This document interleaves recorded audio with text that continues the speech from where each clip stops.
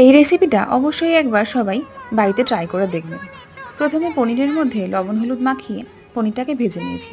তারপর কড়াইতে তেজপাতা, শুকনো লঙ্কা, এলাচ, লবঙ্গ, গোটা জিরে ফোড়ন দিয়ে তার মধ্যে পেঁয়াজ ও টমেটো বাটা, আদা বাটা, রসুন বাটা দিয়ে মশলাটাকে একটু ভেজে নিতে হবে।